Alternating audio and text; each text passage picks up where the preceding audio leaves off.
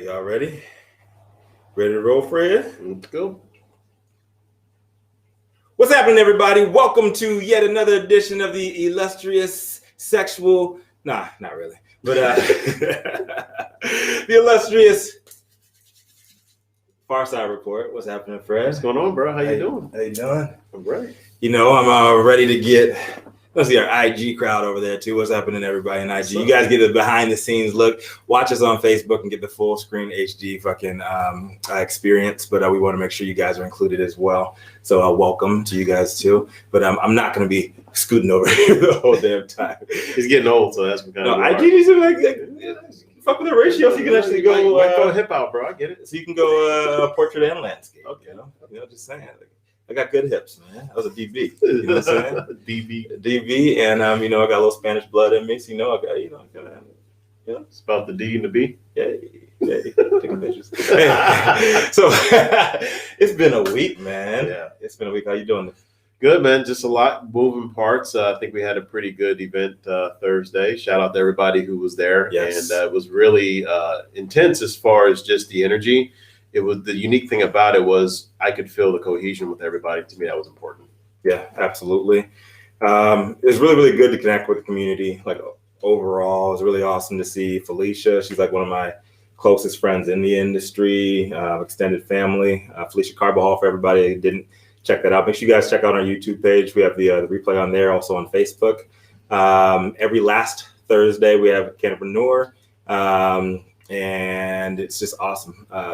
Arts District, excellent location, indoor, outdoor, so it's consumption friendly as well. Shout out to Matt APOP Studios. We're working on that parking situation though. We're gonna get that fixed ASAP. So everybody that was like, oh, we can't park. Number one, read your email, because I have two options in the email. But number two, we're gonna see if we can work with a lot adjacent to there, so you guys don't have to search for nothing. No, but it was a great conversation. Thank you to Andres, Taylor, and also DeJanae, who chipped in late because we had somebody else that was on Good Morning America, and they were celebrating that. But everybody who came out, the newbies, our old faces, it's really good to see people like out in the streets again. Yeah, and the good news is that we did have a problem with parking, because if it sucked, then we wouldn't have any problems with parking. Hey, that's true. That's true.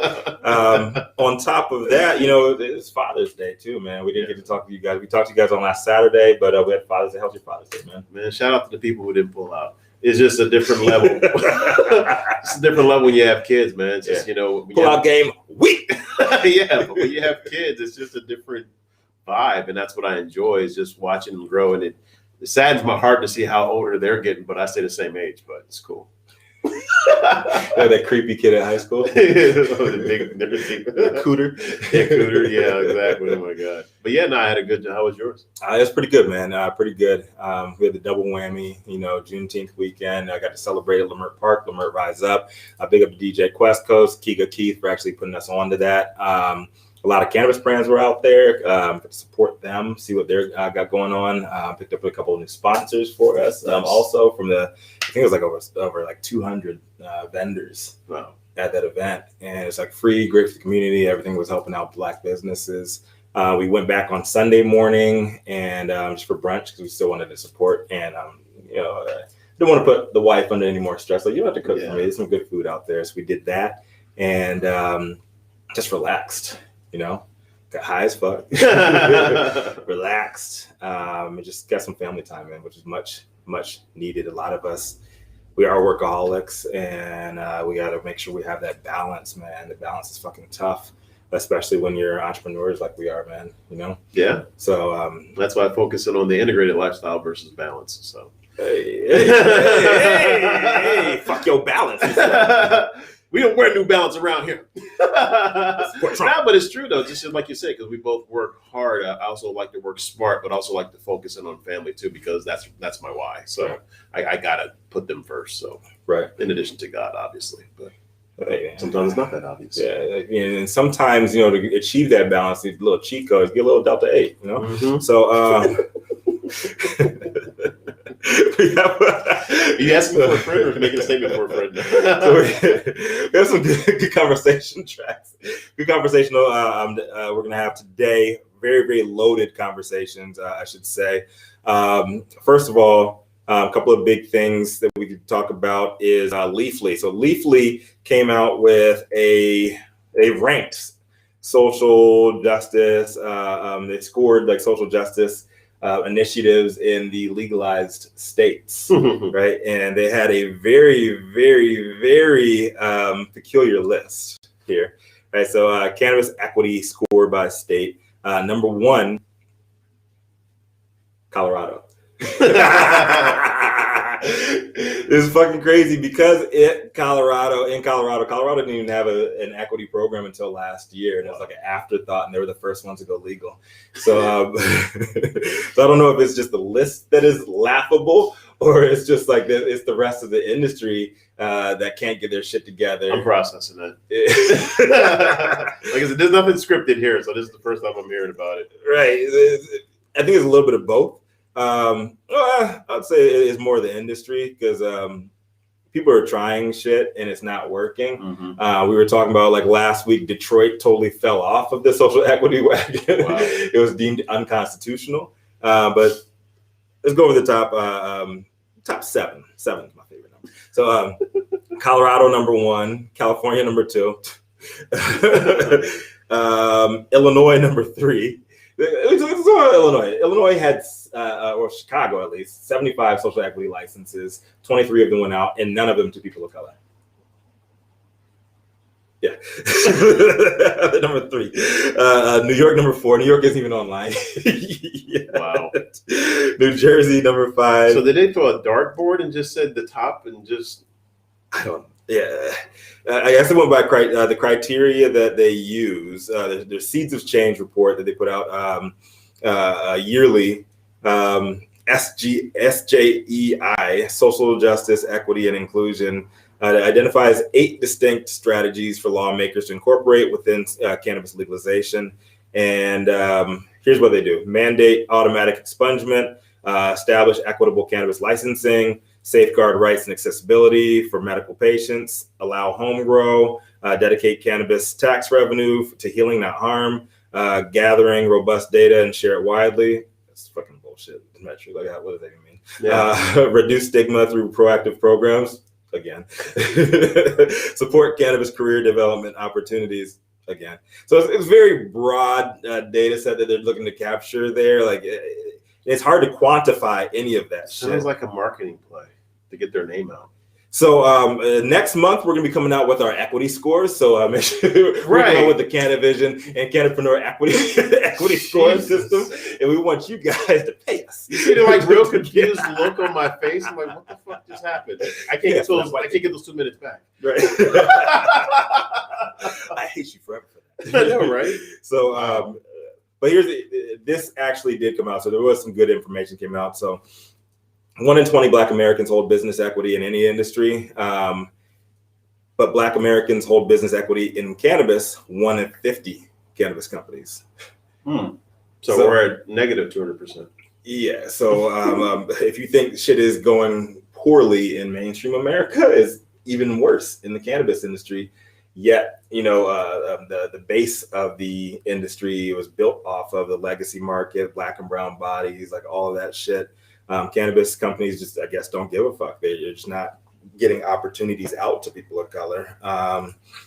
But it goes both ways, and I always have to stay neutral on that because you can create your own opportunities. And a lot of what we're seeing especially in the emerging markets, is the blind following the blind. Leafly is saying California is number 2 and Colorado is number 1 for the equity, and we know damn well that's some bullshit. Yeah, well, it's funny you say that because that's why we're doing Cannapreneur. Like, yes. Seriously, like, what people got to understand is that you're going to have people out there who are, to me, that's a form of gaslighting. It is what it is because it had no logical sense. But more importantly, how is that going to help us? You know what I'm saying? Right. In other words, like, even when I was talking to one of the guys as a brand, he's like, Fred, I see you put all this stuff out. And then I go, oh, I can't do that. I'm like, that's why I'm doing it, so to prove that you can do it. Yes. It's all, it really boils down to mindset. I'm like, don't be weird. Yeah. So people see shit like this and they get pushed back. Like, yeah, no, you can create your own lane. You don't have to. There's different levels of difficulty for whatever you choose to get into the industry, and it doesn't have to be plant touching. A lot of people want to go the plant touching route. It's higher risk, higher reward, but it's tough for the white people. It's tough for the Asian people. It's tough for the brown people. So yes, it is really fucked up that one of 50 businesses is run by Black folks. But on the other side of that, there's a lot of other ways to get in. They're non-plant touching. And it's wide open. I say 99% available in mainstream America, is also available in the cannabis industry and across the entire supply chain. And hit us up if you need some ideas for that. Hit us up if you have skills and you want to transition those into the industry. That's a hockey stick moment. We can help you out with that. We have the vetted connections you need. And we're here to help the community out. So we'll run through the other metrics real quickly. We're going to move on to the next one. So criminal justice system, historical, economic persecution, and healthcare access are the three leading barriers to cannabis opportunity in the U.S. Home grow and medical cannabis programs are the two most popular cannabis equity strategies employed by the states. 89% of legal states could create more public health resources that help destigmatize cannabis. Only 53% of legal states are effectively implementing equity-focused licensing initiatives. That's interesting. 63% of legal states are not reinvesting into disproportionately harmed communities with their cannabis revenue or taxes. So basically, it's a lot of institutional fucked up shit going on there. But on the flip side of that, I find fuel in reading shit like this, but I don't let it push me back. I find motherfuckers like you, Fred, that push me to find new ways to dominate, new ways to get to the cash, get my team together, make sure that we're each other's crutches. When I see stuff like this, and a big props to everybody who's going through it. I know this for a fact. I know there's only 3 of the 200 licenses available in Los Angeles, 2 social equity applicants and everything. Don't let this shit discourage you. Use this shit as fuel. Make sure your team is strong. Make sure you have positive energy around you, and just keep on building. And if you don't know how to do it, hit us up. That's what we do. Yes. 100. Seriously. 100. We're so here for you. I get frustrated when I know for a fact that these problems exist and we can just handle them. Right. You know, that to me is not even apathy, because you have a good habit of raising awareness.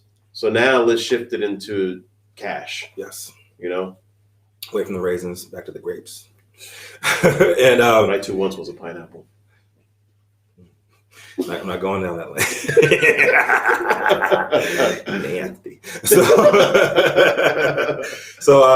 the VA opposes research. So I should add Joe Biden's VA. Joe Biden's VA is opposing research bill for veterans. So, Fred, what's your response to that? Are you surprised? They just don't want us to have our microchips just short out. Oh my God. I'm done. Keep it simple. Bro, here's the truth. This is what people don't understand.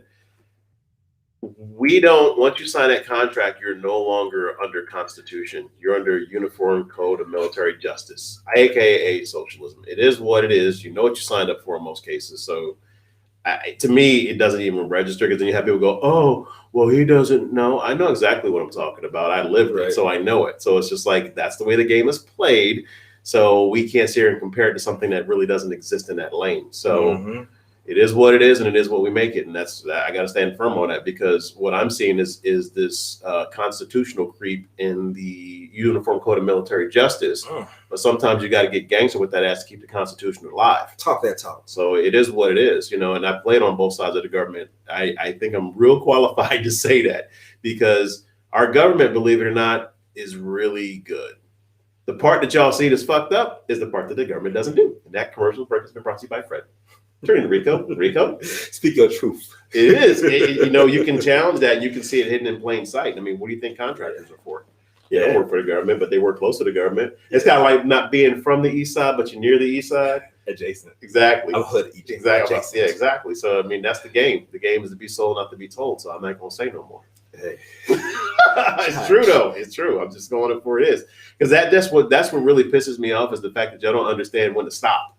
Yeah. Sometimes you got to know when to stop. Yeah. And this is one of those times where you just don't cross that line. And I'm very, very serious about that, because at the end of the day, when you start going down lanes you have no expertise in, you're going to get ran over. Martin letting you know the machine's bigger than all of us. Right. It really is. Our government is very efficient. They're good at what they do. Amazingly efficient. Yeah. A lot of the stuff that we see is just like you said with FAR.SiGHT, it's gaslighting. Yeah. And I was trained to do that by the government to identify that stuff. Keep going, Rico. What's the easiest way to control people? Yeah. You scare the shit out of them. You scare the shit out of them. Make them believe that they don't have hope. Put out bullshit like this, like, oh, I don't support that shit. But yeah. They just have what's that marijuana movie back in the day? Reefer Madness. Yeah, Reefer Madness. Yeah. Oh my God, y'all should like own that movie. Like, watch it. You see how stupid it was, but it's controlled the narrative, and a lot of people been killed. Yeah. But I said it had to be hard. No, and anybody who's been in corporate sales, you know the same thing, man. The easiest way to sell to people is when they are emotional, and the government is trying to do something big, something swift, something very, very poignant. Chances are you're going to be in a very emotional state. I'm glad you said it like that. Here's a key: just be smart. Yes. Just realize that okay, my emotions are being pushed. Why is somebody pushing my buttons? What's really going on? Just keep it that simple. It sounds like you're talking about the half step step back. Yes, yeah. 100%. Because that's a very powerful article, and it's designed to troll you. I'm just already putting it out there. It's designed to generate interest. It's more or less a question. That's some advanced level shit that I just said, but it's more or less a question. So that's when you told me that question. That's why I kind of laughingly, jokingly said it, because that's one of the ways that we handle propaganda. Mm-hmm. So that you went through that exercise, that's what you can do. Well, let me just get through like a couple of bullets from this. So, Chucky Schumer, he tweeted, "The war on drugs has been a war on people. I'm working in the Senate with Senator Booker and Ron Wyden to end the federal prohibition on marijuana to help the communities who have been hurt, especially communities of color." Sure you are, Chuck. And John Cornyn in Texas wrote in a constitutional letter that he is concerned legalizing marijuana could make the opioid overdose epidemic worse. Sure, John. Bonnie Watson, Democrat in New Jersey, spoke about efforts to build support for her own drug decriminalization bill. Democrat from Pennsylvania, Dwight Evans, tweeted, "I continue to advocate in Congress for nationwide cannabis legalization. Prohibition won't work with alcohol, and it's not working with cannabis either." Jay Obernolt, Republican, California. We have Republicans here? Yes, we do. Don't believe the fucking hype. No, California is not Hollywood in the Bay. There's plenty fucking red in this fucking state. So just so y'all motherfuckers know. It's just like Virginia. Like you drop below the 757 area code, and the whole damn state's Republican. So just so y'all know. All right. So Jay Obernolt from California, Republican, will host a telephone town hall, including an update for local sheriff about illegal marijuana cultivation on Thursday. Motherfuckers are getting their licenses snatched left and right. Motherfuckers are getting suppressed left and right, and shit ain't sweet out here. But we're number 2 on the leaflet list for some of the best shit going on in the industry for Black folks. So I have the right to remain silent, so I'm going to exercise my Fifth Amendment right. Fifth. And then finally, all right. So the UN is calling for a global cannabis advertising ban. You're really testing me today. Today, I'm pushing Fred's buttons. So, how do you feel? I don't know if the eye roll gives it away. Sometimes saying nothing is better than saying something. So, how do you feel about that, Fred? They're like the Coast Guard of the military. It's just they're just there. Yeah, we do it now. Shout out to my other real Coast Guard because y'all hold it down when you're on the line out here. Because I played with some of y'all out there in the Persian Gulf, but for the most part, the perception is that they're like the Puddle Pirates, the UN. They still don't carry any weight. That's what people don't understand. They do, but they don't. There's a duality going on with the UN. That's for sure. It's their job to impose their will to see how much they can get away with. Oh. That's fact. Tested. And that's the reasons why when Donald Trump was in office, he was trying to show sovereignty. It's like, I don't care who you think you are, we're America. And that's what people hated about it. Right. So there's a duality in what I'm saying. So you just can't be either or when you're listening to us. Right. We really want you to think about it. So, bro, really? I'm done. Fred gets angry. All right. So another thing to really consider with this whole United Nations urging a global ban on marijuana advertising it's a novel recommendation. They can't enforce the shit, number one. Number two, motherfuckers should have seen this coming. Like America, like I said, America, Amsterdam, and Jamaica are pretty much the only place where cannabis culture, lifestyle lives. The rest of the world is medical and industrial hemp, right? So they don't really see things the way that we do. They don't even have the opportunities that we do here in America. A lot of people take for granted what we have here in America because there's a lot of grinding of gears and there's a lot of push and pull from people with opposite points of view, right? That makes us better. Iron sharpens iron. I would not think too much of this. I know a lot of people, they'll get their feathers all ruffled up from me talking shit about the UN, but it just is what it is. Like, if you can, go to your declassified documents and go see about the organizing of the United Nations. See a lot of the stuff surrounding what happened at that time, and you'll understand a little bit more. It's about the big picture, understanding what's going on in the broad scale of things, and the broad kabuki theater that we see out there, and make sure you're controlling the controllable. Know who your local representatives are, know what your local laws are concerning advertising, concerning marketing, and that makes more sense. Yeah, and hit us up. We have those resources. We have those vetted connections in the marketing, advertising side, on the legal side. You just need to know what your state, because it's all federally illegal right now anyways. Just know what's available, know what's legal in your state, and know that the internet is a whole different place. In the whole new world. Shout out to Aladdin. Exactly. Great American media there. All right, so let's go to questions, man. Let's go to questions. All right. What up, Jordan? What up, Frankie? What up, Beth? What up, Mariana? Alizé Johnson. Happy Pride, Jordan. Happy Pride. Yeah, it's not following science as well. All right. The replay is available. So where is the replay available from this week? Replay is available on our YouTube channel. I think it's still uploaded on our Facebook channel as well. And there's some great conversational tracks on there. Please, if you get a chance to check out the replay, check out the replay. Check out our YouTube channel and buy some shit too on there.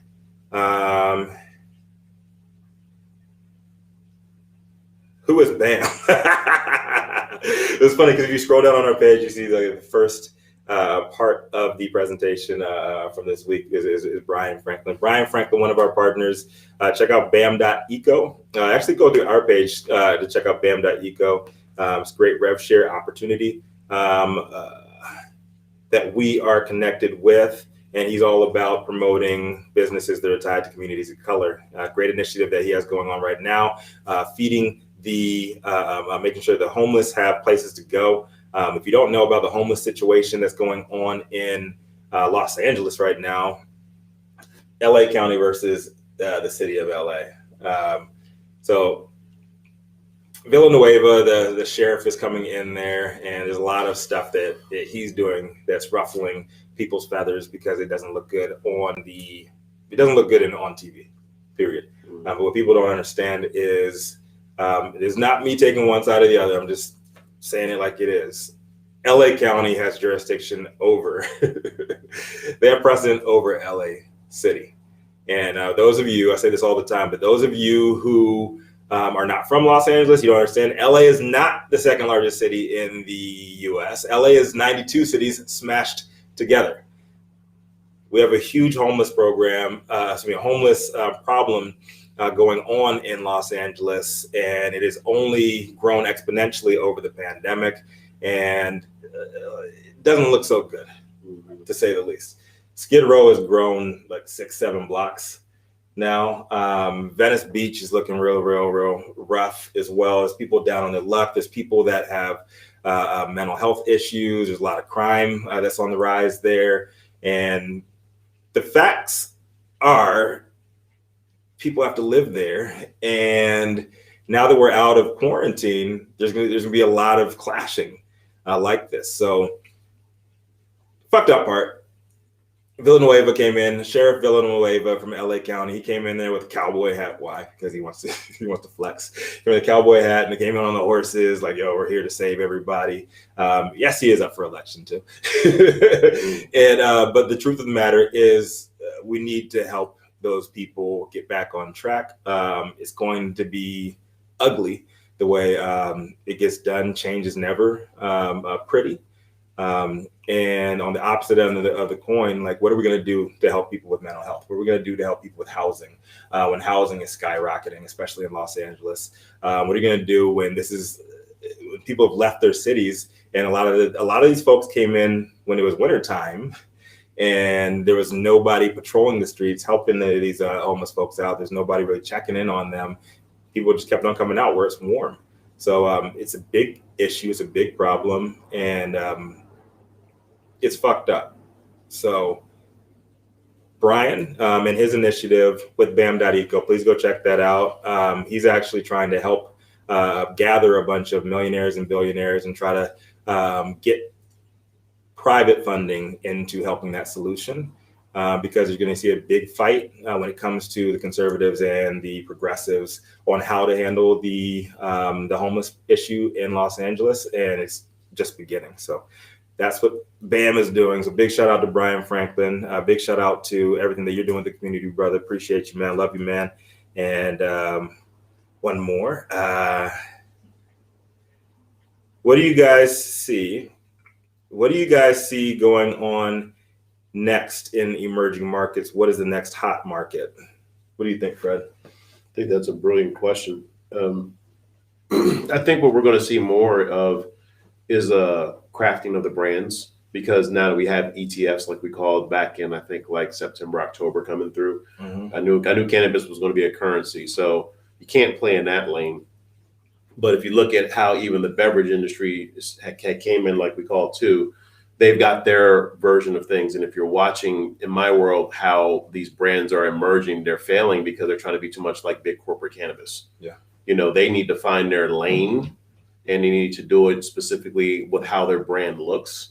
So I see that becoming more of an emerging trend. The whole domino effect started during the pandemic, and there was nobody to hold anybody accountable. It's the Wild Wild West. No checks. Yeah. So now what I've been telling all my clients is that you have to really focus in on minding your own business locally. It's a big deal right now, because when you have corporate cannabis that has taken over the narrative since the pandemic, we have exchange traded funds. Your cannabis brand will never, and I'm sorry, I'm not negative, but I'm just calling a spade, will never, ever get to that point, because they already have it dialed in as a multinational corporation. If you don't believe me, look at the automotive industries. It's very rare that you're going to see that unicorn is just going to straight up shoot up out of nowhere, but that's one out of billions. Oh, Tesla. Yeah. But look at how they were funded. He didn't just have mattress money up under his mattress. No, that's not the way that game was played. It's TARP money. Yeah, a lot of it. So same thing with Facebook and all those other people. Sometimes people are chosen to run a narrative. And when you really see that as clear as day, then you learn how to mind your own business and focus on what's in front of you. And I promise you, that'll give you the biggest bang for your buck, because we're putting our money where our mouth is. That's the reasons why we're doing like CBD Sundays. It's a large brand, but we have to think globally and act locally. Yes. Rico was the first to market on that. That's the reason why he owns the trademark and the patent. So follow our lead, look over our shoulder. That's why this is put the way that it is. You know, same thing when you launch CANiVISION. You're going to be more dealing with people who need actual services versus the plan itself. Yes. So we have to start looking how to be creative, figuring out what your zone of genius is. And then from there, you're, like we talked about, measuring twice, cutting once. So that's my short, long answer, because I know we don't have a lot of time. Yeah, I think. But do you agree or disagree with that? I agree. Okay. It's about owning your brand. Owning your brand. Make sure you're owning your lane, own your zone of genius, that Fred always says, and stick to that. I see a lot of people, especially in emerging markets. It happened with me when I first got into. You try to spread yourself and do way too many different things at once. And if you own a niche part of the market, you have a better chance of succeeding, especially where we are right now, because a lot of people need services. A lot of people need direction.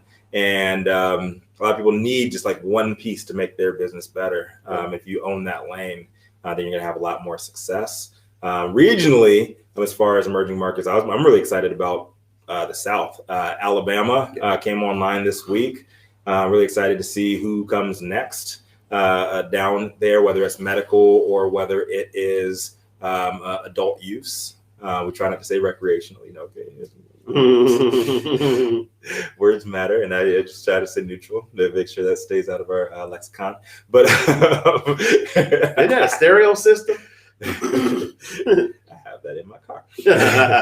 But yeah, I think the South is 100%. The South is where we're going to see rapid growth. A lot quicker than people think. I said this last year when we first started spinning up CANiVISION.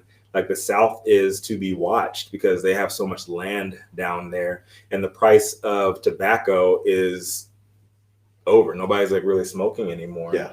And the biggest cash crops down there are not doing as well. So you can see a lot of people turning over to hemp down there first. You can see a lot of them opening up. There's a lot of people don't realize how many pharma companies are down in the South. Yeah, too, right? And a lot of them are starting to going pushing legislation into the medical side of the game, where all the money is. And you're going to see, I think you're really going to see a revitalization of the South. It's come quicker than people think. So they already got the infrastructure. They just need a new product. Yes, indeed.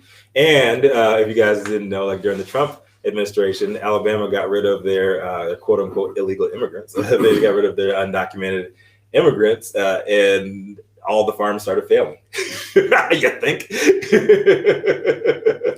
Yeah. They took our jobs. Y'all want to keep it really, really 100. So Americans don't want to do that fucking work. Yeah, y'all want to keep it really, really 100. So I lived in Virginia for a while. Yeah. Then I went to California. Then I went back to Virginia again. I started seeing immigrants. Yeah. Next thing I know, prices started going down. Then I left again, came back, and it's real. See, people want to talk with their, they want to speak their heart and their emotions and whatever it is, whether you're far right or you're far left.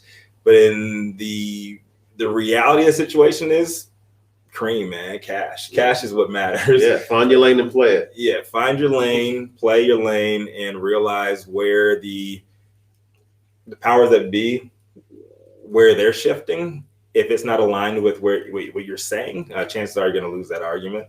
And if you're saying, "Oh, they took our jobs," like, "Oh, we need this back," like, the world is going towards automation. That's the reality of the situation. That's a lot of people don't want to hear that. But I think 4 different states, I asked directly legislators, what are you doing in your social equity programs to replace these cultivation programs and make sure these people that you're getting licenses right now, make sure they have jobs 5 years from now when everything's fucking robots. They didn't have any answer for that. And they really accelerated during the pandemic. Yes, they fucking did.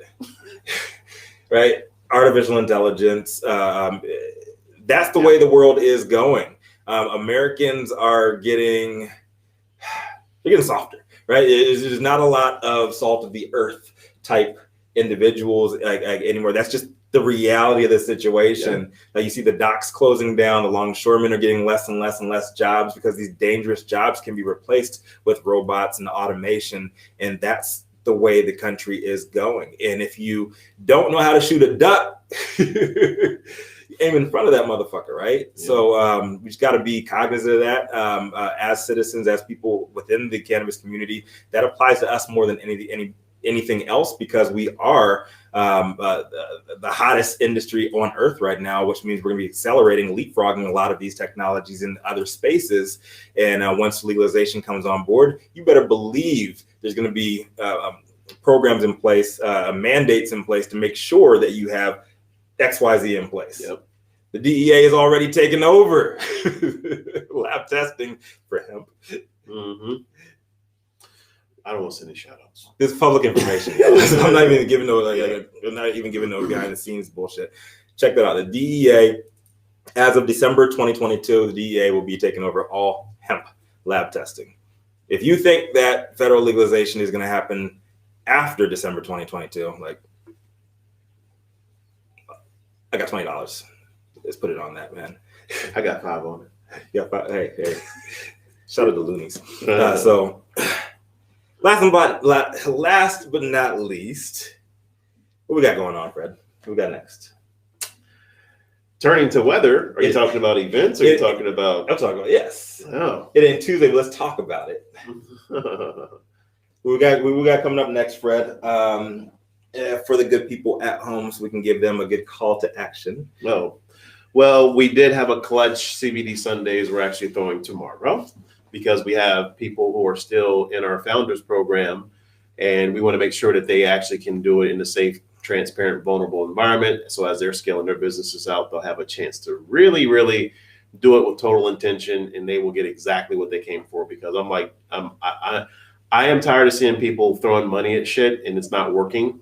And we know for a fact the model that we have works, but it only works if you do. So we're only looking for certain people on that one. So CBD Sundays, we already have a few founding partners. We're going to be working with them tomorrow. We did it yesterday at my other home in Orange County, and super excited about that. And also we are doing still our Cannapreneur series every Thursday. Well, the last Thursday of every month.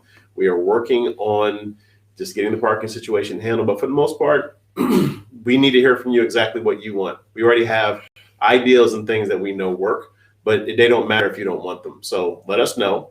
You can hit me up directly. But for the most part, we're just keeping it amazingly simple for 2021 because success is simple. And I'm going to say this out loud in public. Money has a very low vibration. So in translation, what does that mean? Some of y'all overthink this. And because you overthink it, you're going to miss the mark every single time. So that's the reasons why we do our best to illuminate you on the CANiVISION side, and then on the Cannapreneur side, give you more of the how-to. So please, if you need help, reach out. We're here for you. That's all I got, bro. Much love. We'll give a quick shout out. Tickets will be available at noon today for the public too. We're building something. It's just be smaller scale for our founding partners at CBD Sundays. The real CBD Sunday is going to be launching next month. However, we have yoga, meditation, massage, and we have brunch for everybody. Tickets available at 12 noon today. They're going live. Quick shout out to our partners as well. Mark Edward Partners, my man, James Jackson over there, Bam.eco, ACAM, James Henry, 40 Acres and Dispensary, World of Dog Training, my man, Ryan Matthews, Califia Gold Club. Please replenish your soul. Amazing stuff. Your soul is dry. Your soul is ashy. You need some replenishment. This is my favorite one right here. Like that, man. He's a car guy.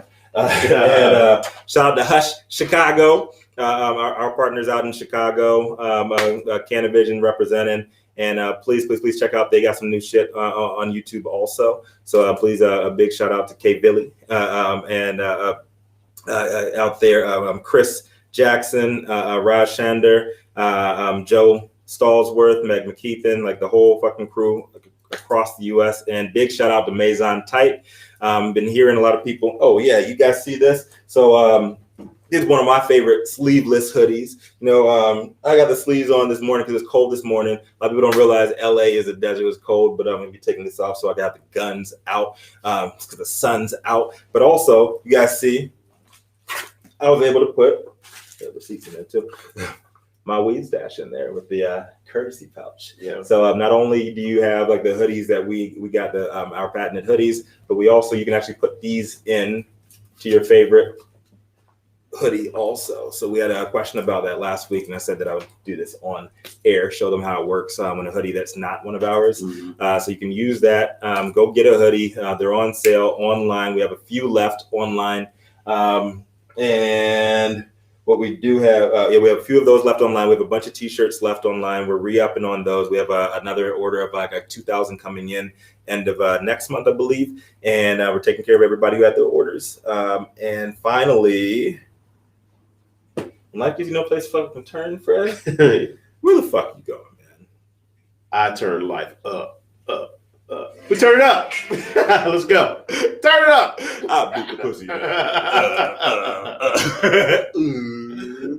Oh, that's my speaker, man. I lost my speaker. You can beatbox it. Then beatbox it out. Hold it up to the microphone. Hold up to it.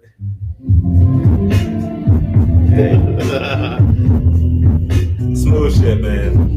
See y'all next week. Make sure y'all hit us up. CBD Sundays. Big ups. Much love to everybody. Remember, life gives you no place else to turn.